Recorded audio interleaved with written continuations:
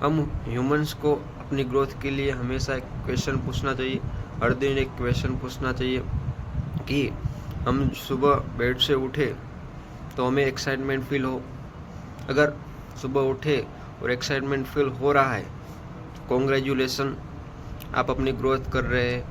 Relationship wise, financial wise, business wise आप आगे बढ़ रहे हो। अगर आंसर नो है तो भाई दिक्कत की बात है कि आप गलत काम कर रहे हैं।